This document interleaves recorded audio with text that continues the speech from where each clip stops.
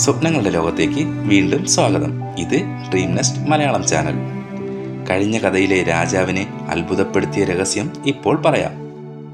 കഴിഞ്ഞ ഭാഗത്തിൽ അഴിമതിക്കാരായ കാവൽക്കാർക്കിടയിലൂടെ രാജാവിൻ്റെ അടുത്ത് 2 നാണയവുമായി എത്തിയത് എങ്ങനെയാണെന്നല്ലേ?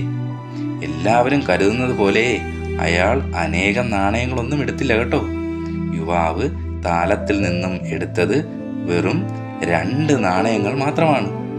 ആദ്യത്തെ കാവൽക്കാരന് പകുതി നൽകി. 2ന്റെ പകുതി 1 കാവൽക്കാരൻ ആ ഒരെണ്ണം തിരികെയും നൽകി. അപ്പോൾ വീണ്ടും കയ്യിൽ 2 തന്നെ.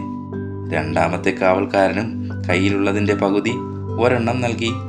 1 തിരികെയും കിട്ടി. വീണ്ടും കയ്യിൽ 2 തന്നെ ബാക്കി. എല്ലാ കവാടത്തിലും ഇങ്ങനെ തന്നെ ആവർത്തിച്ചു.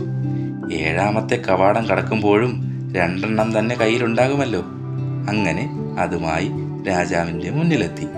രാജാവിനോട് കാര്യങ്ങൾ പറഞ്ഞു. കാവൽക്കാരുടെ അഴിമതി അതോടെ തീർക്കുകയും ചെയ്തു. ബുദ്ധിമാനായ യുവാവിന് രാജാവ് ധാരാളം സമ്മാനങ്ങൾ നൽകി. കൊട്ടാരത്തിലെ ഉപദേശകനാക്കി നിയമിക്കുകയും ചെയ്തു.